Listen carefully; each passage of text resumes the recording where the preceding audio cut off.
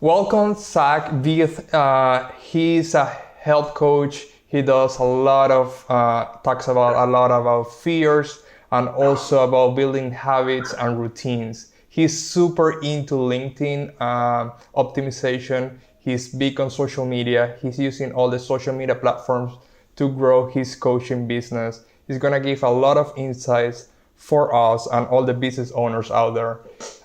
So maybe can you tell us a little bit about yourself? How did you get started and what are you doing at the moment? Yeah, first and foremost, appreciate you guys having me on the podcast. I am super excited to be here this morning during this lovely quarantine. So I actually do a couple different things right now. I work as a national account manager for a healthcare professional only CBD company. But unfortunately, I'm not able to do that right now because we can't get into doctors' offices. So what I do in my spare time is I actually have built out a system that allows me to work with individuals who are looking to try and really get past some of these fears that they have. Just because from a fear perspective, that's a huge problem for a lot of people, and the issue is that they allow this fear to be a little bit more complacent and really stick with what they're comfortable with. So I do that, and I do some podcast talks, some speaking engagements with individuals as well. Working on a pretty cool virtual summit to talk about this too here towards the end of the month. And then just to top that off, like Gabriel said, I spend a lot of time on LinkedIn, really trying to build my personal brand, really trying to understand what works and what doesn't, and just giving myself the opportunity to get out there and potentially start working with some really cool people. Just to on top of that, just in my free time, I do a lot of reading as well. I'm very active when I can. I go out and hike. I go out and play a lot of sports. I just really try to put my mind and my body first, just because I understand that at this point it's very crucial. So that's really kind of what I'm after. I'm just always after improvement and trying to be the best version of myself I can, so I can in turn help other people. That's fantastic. And I see that you are using LinkedIn for your personal brand and growing and finding new clients for your coaching business. And you're trying to connect and add value to the platform. So, to start, how do you build a profile when you are new? For example, if you are a dentist and you want to do some coaching, or you are some PT, person, how do you start building your profile and how do you optimize that? So, with regards to being brand new on LinkedIn, the thing I'm going to say is just build it. It doesn't have to look good at first. It doesn't have to look fantastic over the top, but get into the act with regards to LinkedIn of just doing it. Because what's going to happen is, and I started to realize this very quickly, is you can't allow fear and the idea of perfection to get in the way of just having something there.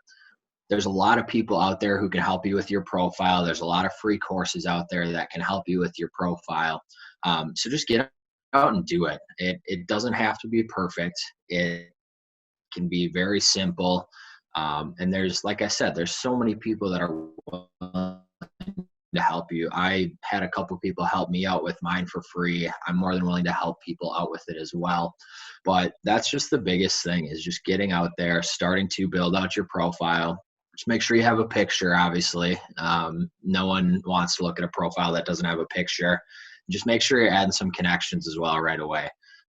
Typically, and this will take a little bit of time, but typically people won't add you as a connection if you don't have a certain number of followers, usually into the couple hundred range, unless you're commenting on their information and they realize you're an actual person, because there is some concern out there around fake profiles.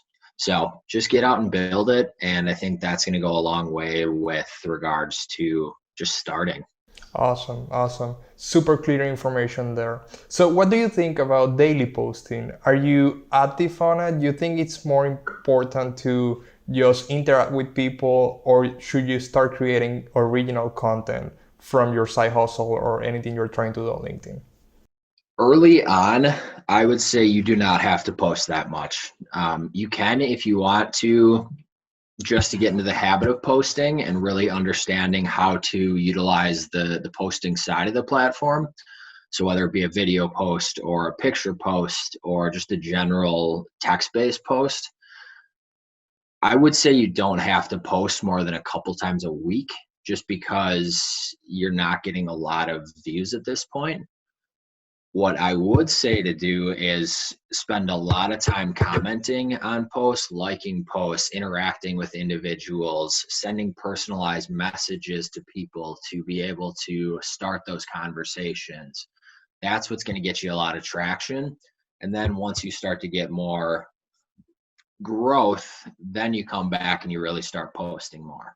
So for me, I see 200 to 300 people going through my profile on a monthly basis right now. And so what I've done is I've actually shifted. I usually post about once a day, probably 6 days a week.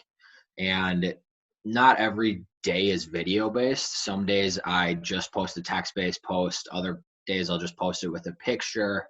I'm starting to get into more slideshow posts as well, just to bring some relevant content to the table. But it's early on, it's all about the engagement. It's about finding people to talk to, really understanding how to interact with them, learning the platform. And I think that's going to go a long ways. And then once you get to that point where you're starting to get a little bit of that traction, then start looking at posting more. Awesome. Because I see that that's a big barrier where someone is starting. Maybe they don't have the time to start creating content right away, or maybe they are not good on camera, or they fear that whatever they have to say to the world is not good enough, or they don't feel that they are qualified to talk about the topic. So, what's your take on that? Because I know you help people to overcome that fear. Yeah. So fear is an interesting topic all around, as we talked about a little bit. I think when it comes to this, though, you have to take a look at what the actual fear is, because a lot of times it's not as big of a fear as you think it is. And for the longest time, I'll just use myself as an example. I used to spend so much time on my posts, just trying to make sure it was absolutely perfect. I have a perfectionist mentality.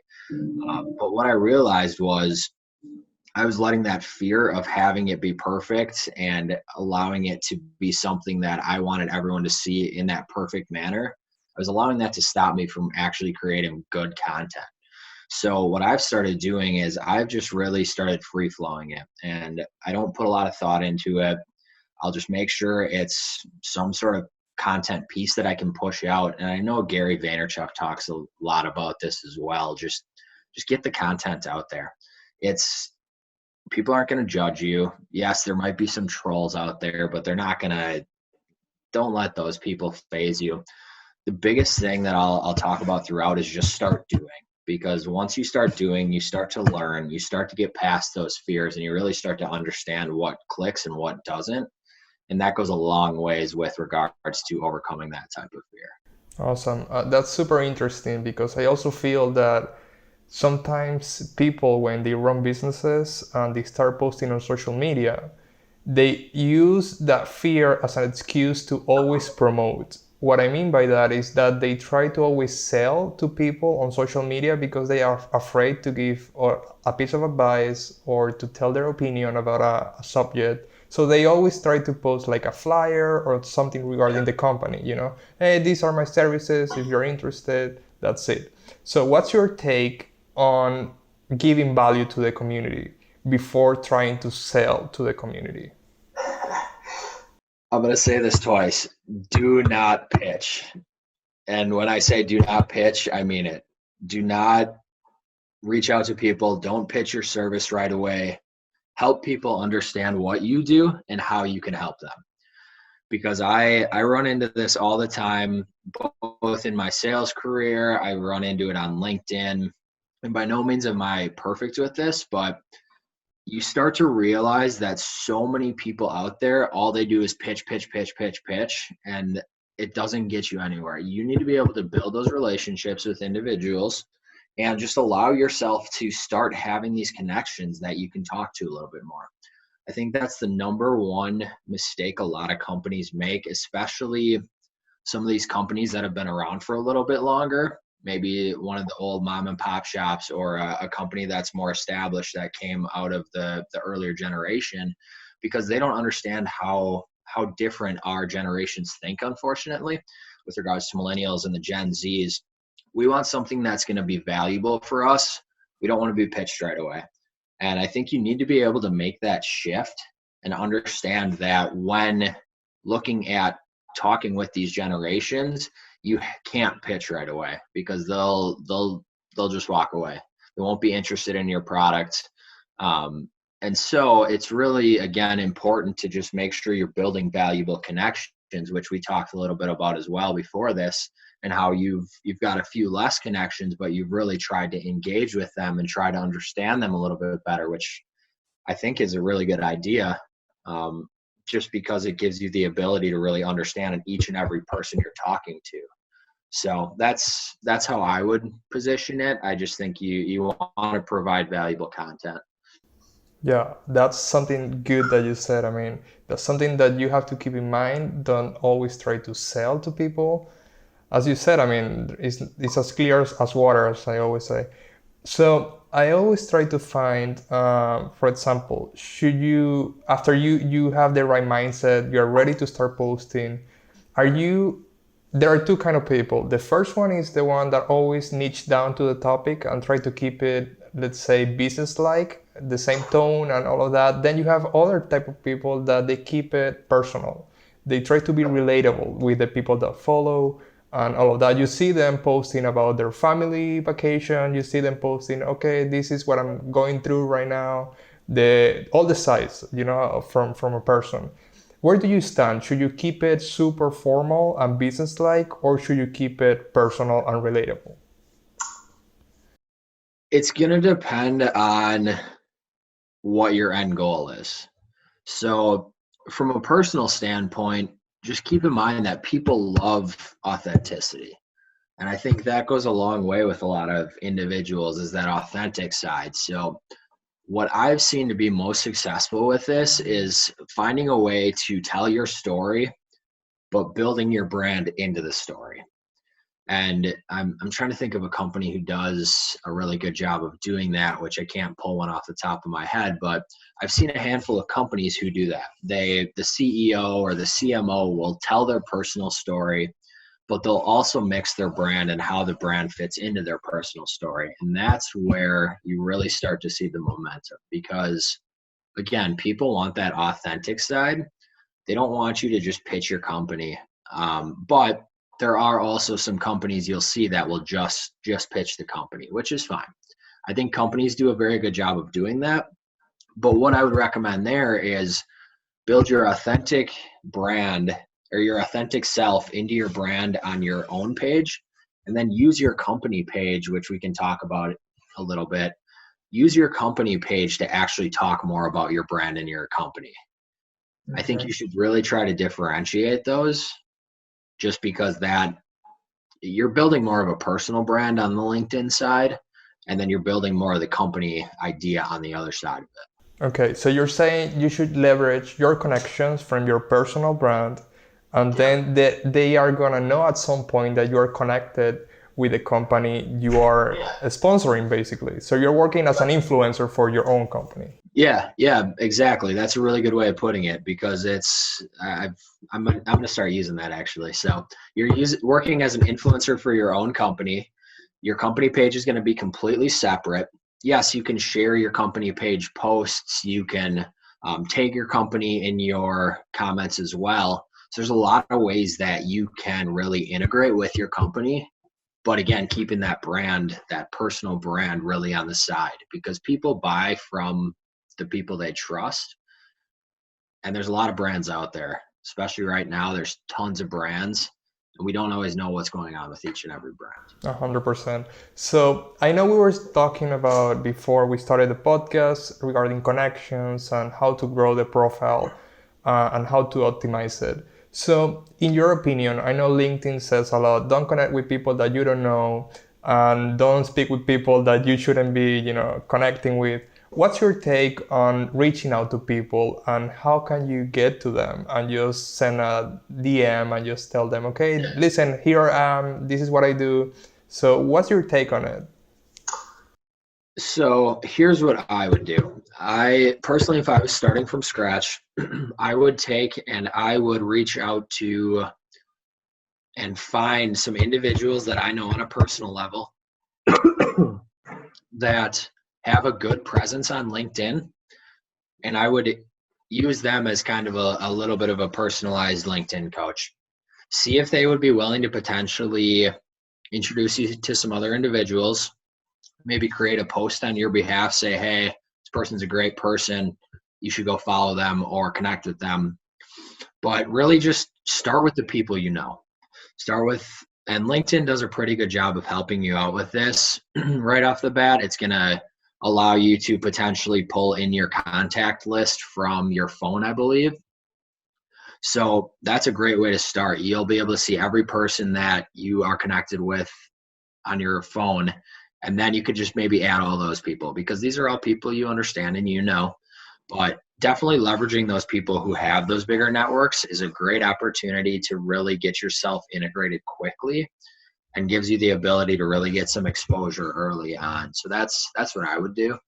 Okay, okay, that's a great way to put it. And should you start connecting with people just all along? I know you were telling me like you should have at least 1,000 connections to just have some social proof and start, because I know LinkedIn is good with organic reach. You like a post and then other people see it. So what's the strategy behind it? How many people do you recommend? So there's one thing I wouldn't do here. And I don't know if you've seen this, Gabriel, but there's a lot of posts out there these days that say, hey, want to build your network? Like this post, comment on this post, and tell people you're open for connections. Please do not do that, because I couldn't tell you the number of people I see that have 30,000 followers, or connections, which is the most connections you can have on LinkedIn, by the way. So many people out there have that many connections, but their engagement is so low because they probably know less than 100 of their connections. And so what I would recommend is stay away from those posts. And again, reach out to the individuals that you know that have some sort of network built and really leverage their platforms. What you can do with your LinkedIn feed once you get started is, if you go into the upper right-hand corner on a post, there's 3 dots. You can actually scroll down and it allows you to update your feed based on your preferences and your likings. So start to find things that you're passionate about, things that you're interested in, and that's going to allow you the opportunity to start to get onto some of these posts and comment and like and interact with these individuals that have the same passions that you do. It's going to take some time, but I've seen people go from 0 to a couple thousand connections, authentic connections, in a very short period of time, anywhere from 2 to 3 months. Okay, so as everything that you say, it takes hard work to build a LinkedIn profile. And it's not something that happens overnight. And I know a lot of people just they are, used to quick things, quick fix or whatever tricks. So they try to cheat the system. So I know you are a lot on LinkedIn, and I know you've seen many ways that you can boost and fake boost your profile. So what are some things that people should keep in mind that they should never do? Don't ever try to cheat the system this way. So they are aware of what's going on out there, and they are aware that that happens and they shouldn't do it. So there's a couple things I want to point out. So again, don't I mean, you can interact with some of these posts that say build your network, but what those are called is, those are just pods. Those are engagement pods, and all it's doing is allowing you to add connections that a lot of them, probably 90% of them, you're not going to ever interact with. Which, yes, you might still interact with a good portion of them, but likely you're not going to get the engagement you want out of those people. So try to stay away from those. The other thing I would recommend is, there are some softwares out there that you can utilize that will allow you to automatically add connections and comment and like on people's posts. I would not recommend doing that. That's where you get into tricky waters and you could potentially get your LinkedIn profile shut down. So that would be a big no as well. Now, if you are, this is where it gets a little bit tricky, because if you are on the sales side and you are trying to add connections, I have seen some success with doing that with automatic ads, sending them virtual connections, and then sending them an automated message. I have seen that. You just have to be very careful about that. I would recommend when building your personal brand, don't do that. But if you are on the sales side, you can take a look at it. Just be very careful, because again, you could get your profile shut down. So those are the two big ones. The other thing is just be yourself. Don't use this platform as a dating app or a app to try to talk about very, very deep personal problems. Keep those off here as well. Keep the language intact a little bit. It doesn't have to be perfect. I see plenty of people who swear on here, but don't use it like it's a Facebook and you can just share your entire problem basis. So those are the things I would recommend. I don't think there's anything else I'm missing really that should be looked at this point. So those are the ones you probably want to focus on. Awesome. And I see also people tagging people on comments when it's not relevant to them. I think that's something big. Some people do it. They try to reach to people so they can. Yep. Yeah, actually, I got tagged in a couple last week, and I was just super confused by it because it had no relevance to me. If you're gonna tag people, make sure it's something where it's completely relevant to them. I've done this a couple times over the last week with my 30 books in 30 days challenge.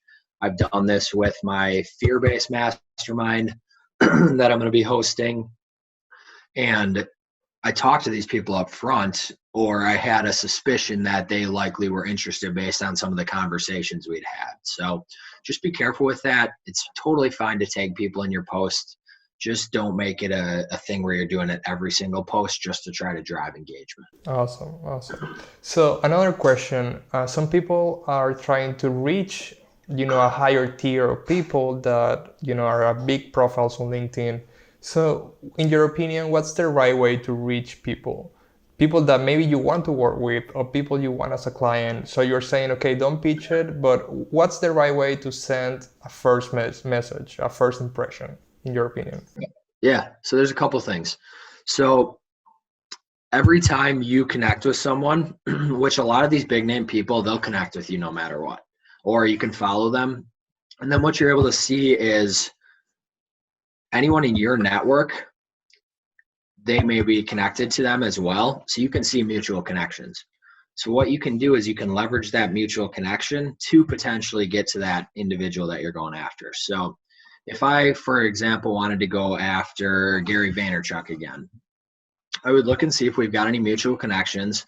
I would probably dig deep into my book. And if I've got someone that's a big influencer or is a well-respected individual, I'd reach out to them and see if they potentially know Gary V. That's one way of doing it, and that might be able to spark a conversation. But the other thing you can do, and this is going to go a long way, is really make yourself seen.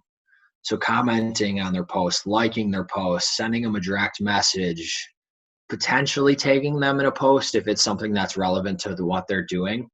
But the more availability you give yourself and the more viewable you are with that specific person, eventually it's going to come to the point where they're going to see your name enough that they're going to be interested in what you're doing.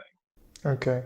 So you said that you need to have a clear mindset that is not something that happens overnight, and you need to be consistent actually to make it happen for you. Yeah, consistency is going to be huge here. You want to make sure you're making yourself very visible for that person, which does take some time. It's going to take a while to really get your name out there with that individual. But the thing is, if you do that with 10, 15, 20 individuals, you're going to just consistently be commenting and posting on their information. One of them is going to eventually bite, and that could open so many doors that you never thought would be possible. Okay. So I know, let's say that person, that big name person, they responded and they visit your profile. So in your description, are you the kind of people that recommend, okay, let's have a short description, straight to the point, or maybe you write a big paragraph that let people know about you a little bit more? How do you structure that description? So there's a couple ways you can do this. Mine right now, mine says, and I put a line in between each one just to separate them, but mine says fear guide, habit-based aficionado, healthcare professional only CBD Sherpa. And then the last line says that I just help individuals overcome internal and external fears. And so this is an interesting one because a lot of times when you want people to see your information or add you as a connection, the first thing they're going to see is probably that first line. So the fear guide dash habit-based aficionado, that's going to be the first thing they're going to see. And so what I would recommend, and we've been playing around with this a lot, is unless your company makes you do this, which drives me up the wall, don't put your title in the first line because there's so many people out there who just have their title, say VP of sales or regional manager. And the thing with doing that is that doesn't separate you from the rest of the pack. You're just another VP of sales to a lot of people. So talk about you. Talk about what what it is that you can help that individual with. I see a lot of people who say, I can help you do this, this, and this, or I'm here to help individuals who are looking to overcome their fears by doing this, this, and this. So you can really play around with it. I change mine probably on a bi-weekly basis. I just tweak it a little bit just to see what's working, what's not working, and I just go from there. Awesome. That's a big takeaway to always do A/B testing for your profile and also for the captions. And also, I don't know if you mentioned that, but you have your name, your profile picture, and also the tagline that you have on there. So do you recommend, should I put that, my position there, or what should you put there? Because when you write comments and just post, people see that. They see your name and whatever you do. So what do you recommend there? So, and if you're going to take this route and you're going to put your position there right away, go for it. But put underneath your position on a separate line within that, put what it is that you can do for someone. Because a lot of times when they click on your profile and they see that, they don't have to go scrolling through your profile and they don't have to worry about that. Now, if you want to make yours a little bit longer, like mine, there's a very fun technique you can use. So if you try to do this on your profile on your computer, there's actually a character limit. And I don't know if you've tried this yet, but there's a character limit on there. So you can only put so many characters in that headline.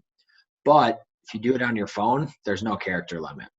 So you can play around with it all you want, and you can use that to your advantage if you want to add a few extra characters or a few emojis or a few tidbits on there. You can do that without having to worry about LinkedIn cutting you off.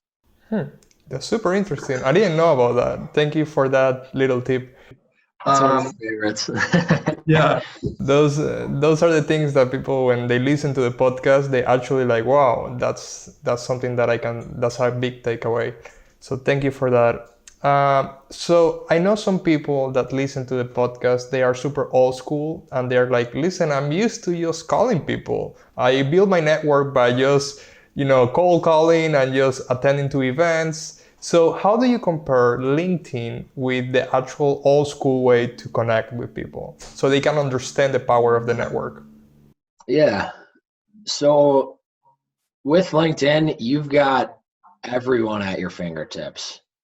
And that's, I think, the big thing with LinkedIn, especially moving forward, because we're seeing a lot of individuals who are our age who are getting into these higher roles. And if you're old school like that, keep doing what you're doing. If it's working for you, don't let this pull away. I would say this can complement it. And what's really nice is, and there's a feature in LinkedIn called Sales Navigator that you can use to be able to really dig deep, and you can target exactly who you want. But what's so nice about this is you can get an understanding of this person most likely before you even give them a call. I see a lot of companies doing this now with their sales teams where they will have their individuals look at LinkedIn, see what you can find out about this person, and then use that to your advantage. Because that's, if you can find out that this person loves golf, or this person worked at this company that you used to work at, boom, that's an in for you. So it helps warm up the leads. It helps with the planning. Definitely leverage it. And it also helps you to be more seen with these individuals. So anytime I have a prospect that I want to target, which it's a little bit more tricky in the healthcare space, because unfortunately a lot of the healthcare space doesn't use LinkedIn nearly as much. But if you've got someone you're trying to target and you add them and you see they're posting, you can really comment on their posts. You can like their posts. They're going to start to see you more. So maybe next time when you give them a call, I'll be like, oh, hey, I see you comment on my LinkedIn all the time. How can I help you? And that goes a long ways with people. Yes, that's big. I mean, I'm always into work smarter and not harder. I feel that the platform is the best way to complement, as you said, your current business model or your current strategies. So also, jumping back into profile optimization, do you recommend having a lot of your previous experience? Should I put my first job as an ice cream parlor, or should I just straight away only put my main gig that I'm doing at the moment? I would say definitely put the last. It depends where you're at though too. I mean, if you're a high end exec and you've got a ton of experience, put it all on there. If you're just starting out, put the last couple jobs. I have, I think, 5 or 6 jobs on mine, all the way back to college, which was probably 10, 12 years ago. I think it helps, especially if you are looking to leverage LinkedIn as a platform to be seen and potentially hired. You want to make sure you have all of that on there, but it's really up to you to decide. The only thing I wouldn't recommend is putting jobs on there that you maybe had a bad rap with, or you left because you didn't like the company, or whatever reason it might be. Just maybe keep those off there. Again, this and it's not unethical to keep jobs off of there, but optimize your profile to make you look good. Okay, that's a well thing to say, because some people sometimes are thinking like, okay, I changed career path, and so many people do accounting for 10 years and they change because they weren't happy doing what they were doing.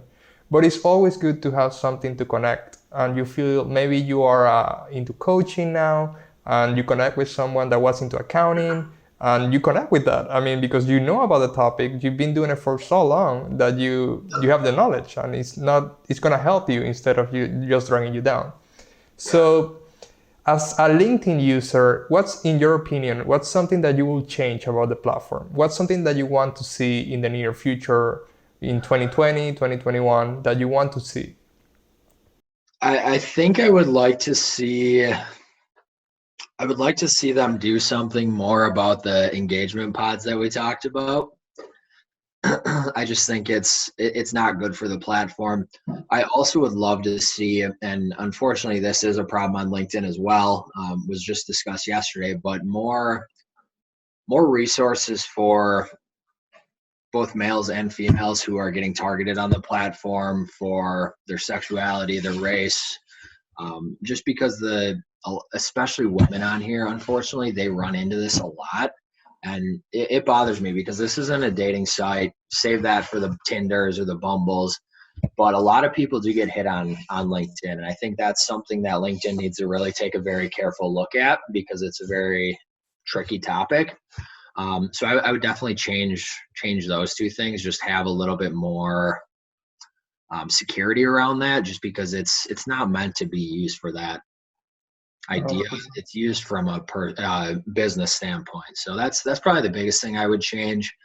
I mean, LinkedIn's such a great platform. There's so many good tools you can use. I don't know if there's necessarily anything else I would really look at. Okay. And in my opinion, I think they should have also more incentive for creators, so you can see people, posting more video content that's relevant, and they take the time to make it. And if they add maybe a program where you can do the ad revenue as YouTube or something like that, that will be a huge drive for a lot of people just to start posting more. Right.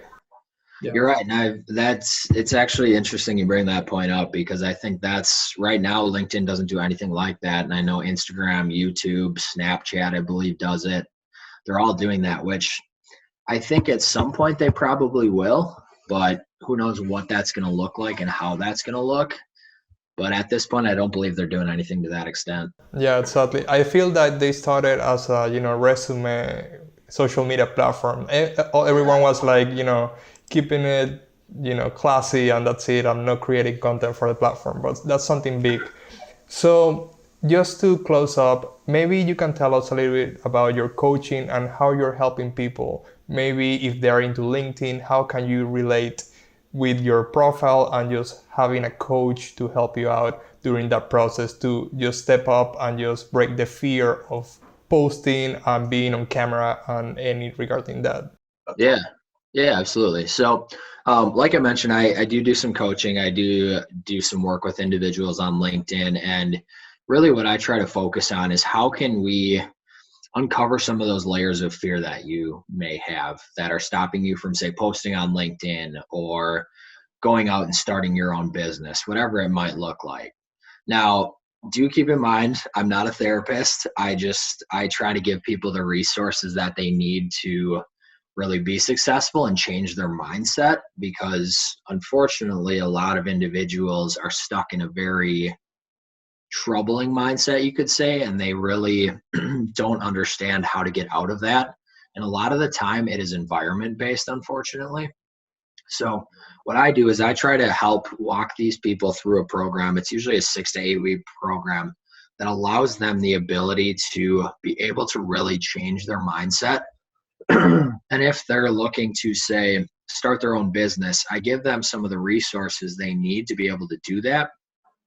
But more importantly, we take a deep look at the habits. What does your day-to-day look like? What habits have you implemented? And we don't try to change everything all at once. We try to do 1 to 2 things a month, because what I've found, and a lot of other people find, is if you try to make massive changes all at once, 2 or 3 months down the road, you're going to fall back into the same habits. So I do a lot with that, and I'm always looking to work with individuals who are trying to really unlock that inner potential and give them access to this network that I've built that allows them to really work on a lot of different fronts. So as an example, I've got a guy who I work with, Dylan Ali, who focuses specifically on the meditation and the breathing and really the reflection side of things. And then I've got a group that I work with called the Art of Charm, who they, through social sciences and experimentation, they and data points, really, they've found how to really help people feel more comfortable in social situations, not necessarily just trying to go out and find a person of the opposite sex or the same sex to really get into a personal relationship with, but to be able to interact with and create a friend out of. So I've got those resources as well. And so what it is it's really an opportunity to grow. And that's the biggest thing, is just understanding what it is that they're dealing with on a fear basis and giving them the resources they need to overcome those fears, or at least be able to manage those fears a little bit better. And just to answer your question with regards to LinkedIn, what I do on the LinkedIn side is I help individuals who are just trying to get their platform up off the ground, or they need some pointers on how to tailor it a little bit better. I help build company pages, and I just really help people understand that the more you post, the better off you're going to be. But try to keep it to a authentic view as well, and just make sure that you're giving your audience the view of you that you want them to see. Because oftentimes I'll see people who are very sporadic, or they're not positive with what they're posting, especially right now. It's really hard to stay positive for a lot of people, but I think it goes a long ways to positivity. So just really trying to help them understand how to better leverage the platform to hopefully down the road monetize it a little bit more as well. Fantastic, man. I mean, I see that everything that you said, those are the pain points of many business owners out there. And so many people, in my opinion, they will need something like that to just start a new career or a new business or a new, side hustle. And it's awesome. I mean, that there are people that you offering those kind of services that put the right mindset before starting a big project. Because as you know, starting a business is something that's not easy. It's something that takes you down and put you on the floor and just, like sometimes you feel you're on top of the mountain and then you feel like you are not good enough and then you start, like, oh my God, what am I doing? So to have someone like you next to it and just coaching the way, it's awesome to have that resource. So I know you are, yep. I know that you have some programs going on at the moment and programs that you're working on. So can you tell us a little bit more about it? I know you have your 30 book day challenge with the books. You also have some programs and trainings. Maybe if someone is interested, where can they go and just? Yeah, absolutely. So right now I just started it yesterday with a group of people. It's called the 30 Books in 30 Days Challenge. And what it is it's attempting to read 30 books in 30 days. But I actually tested this a week ago and I read 5 books in 5 straight days. And I realized it gets to be a little bit overwhelming. So I'm also offering, if people want to be a part of this, there's a couple different tiers. So the second tier is reading 4,500 pages in 30 days, which is about 15 books. And that's about 150 pages a day, which is probably less than 3 hours of reading. The third tier, if you want to be a part of this, is 100 pages a day, which maybe 2 hours, if that.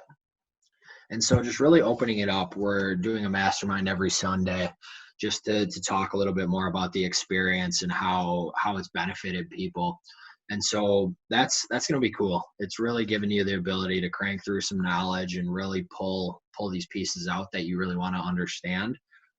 And then you can say you read 10, 15, 30 books over a 30-day span, which is pretty unheard of.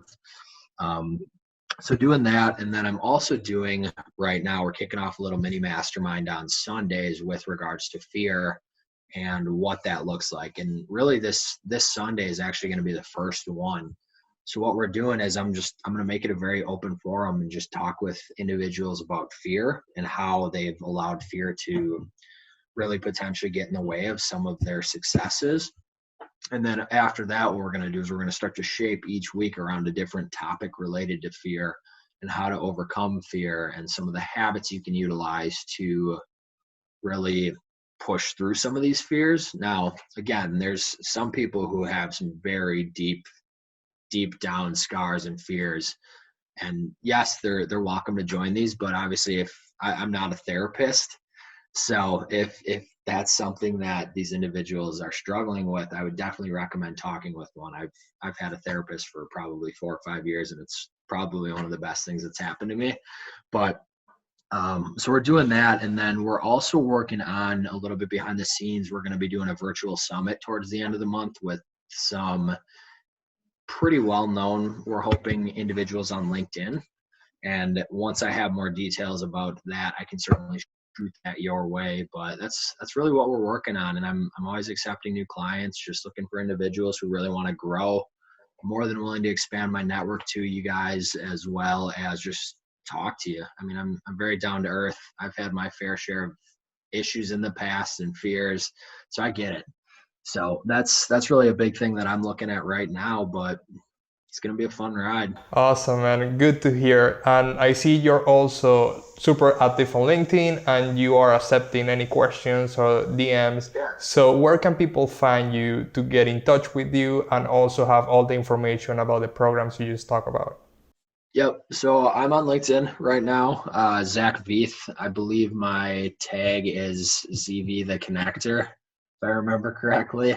But yeah, feel free to shoot me a message. You can text me. I'm pretty willing to give my phone number out too. So if you want to text me, call me after the fact, go for it.